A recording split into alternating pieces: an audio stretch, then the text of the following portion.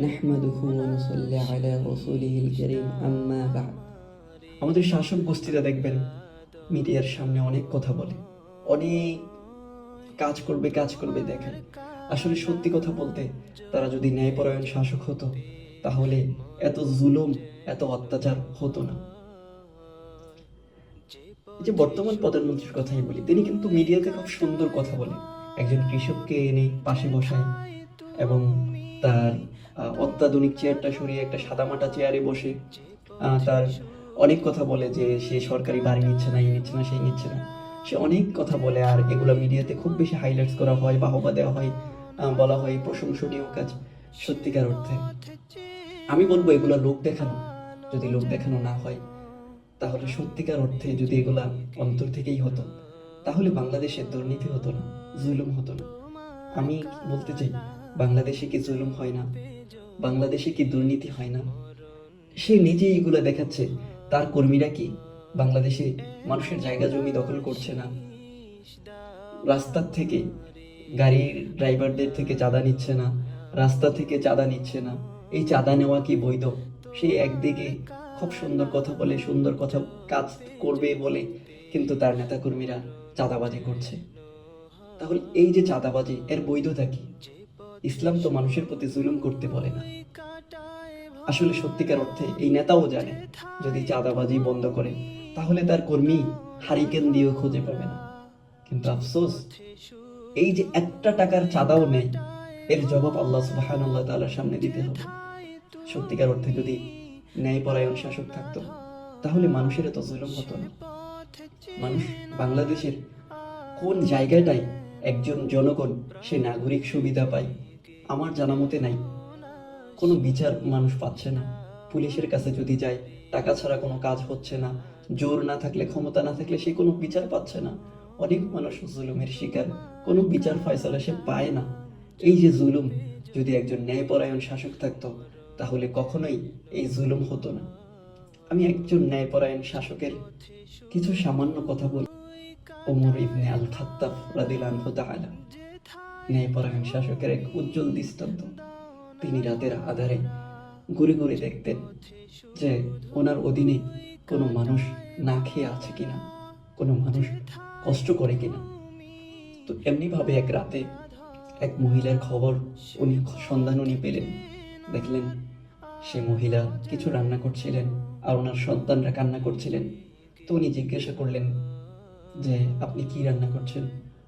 মহিলা বলল যে আসলে আমার রান্না করার মতো কোনো কিছুই নাই, তবে আমি এমনিতেই বাহানা করছি, একটু পানি গরম করছি যেন আমার সন্তানরা কান্না করতে করতে এইভাবে ঘুমিয়ে পড়ে। তো ওমর রাদিয়াল্লাহু তাআলা এই দৃশ্য দেখে তিনি দৌড়ে বাইতুল মালে গেলেন, নিজের কাঁধে করে কিছু খাবার আনলেন, সেই মহিলাকে দিলেন। এই ছিল একজন শাসক। বাইতুল মাল থেকে কিছু জামা দেওয়া হয়, তখন সবাইকে দেওয়া হয়। তো ওমর রাদিয়াল্লাহু তাআলা একটু উঁচু লম্বা মানুষ ছিলেন। ওনার সন্তানের যে ভাগের জামাটা ছিল ওই জামাটাও ওমর রাদিয়াল্লাহু তাআলাকে দিয়ে দিলেন যে বাবা এটাকে আপনি ব্যবহার করেন।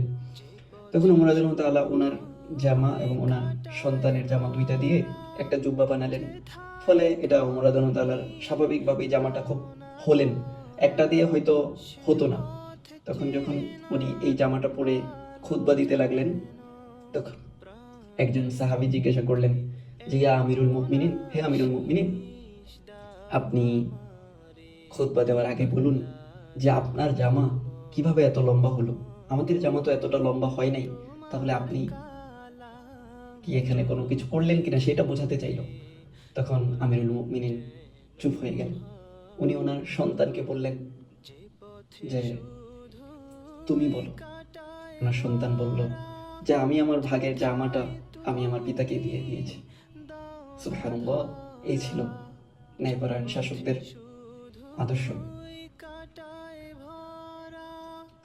তারপর আরো একটা কাহিনী বলি। আমিরুল মুমিনিনের কাছে একজন বৃদ্ধা নারী নালিশ করতে আসলো। তাও কার নামে জানেন? একজন গভর্নরের নামে। আচ্ছা, এখন কি কেউ কোনো এমপির নামে নালিশ করতে পারে? সে জনগণকে গায়েব করে ফেলবে, অথচ একটা রাজ্যের গভর্নরের নামে। ইসলাম সবার প্রতি ন্যায় বিচার করে, সে যদি আমিরুল মুমিনিনও হয়, মানে প্রধানমন্ত্রীও হয়, তার ওপরও সে যদি অন্যায় করে, জুলুম করে, চুরি করে, একজন সাধারণ জনগণের যেই শাস্তি হবে তারও সেই শাস্তি হবে। এটাই হচ্ছে ইসলাম। তো ওই বিদ্যানারী আমিরুল মুমিনিনের কাছে নালিশ করলেন। তখন আমিরুল মুমিনিনের কাছ থেকে চিঠি গেলেন ওই গভর্নরের কাছে। ওই গভর্নর সামান্য একটা ব্যাগ নিয়ে চলে আসলেন আমিরুল মুমিনিনের কাছে।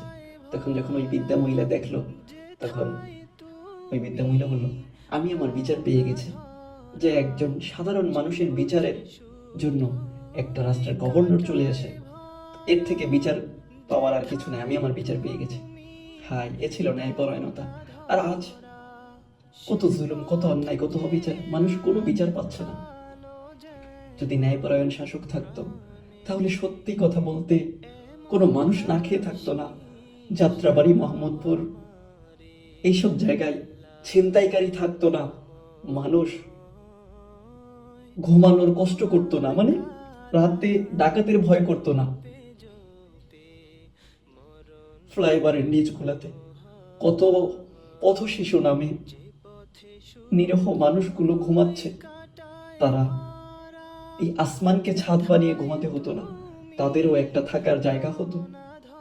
আজ মানুষের কত দুঃখ দুর্দশা, আল্লাহি আল্লাহর কসম, ন্যায়পরায়ণ শাসক থাকলে এত দুঃখ কষ্ট থাকতো না, জুলুম থাকতো না, 16.5 লক্ষের ওপরে মামলা আদালতে ঝুলতো না, নিরপরাধ আলেম জেলের কারাগারে বন্দী থাকতো না।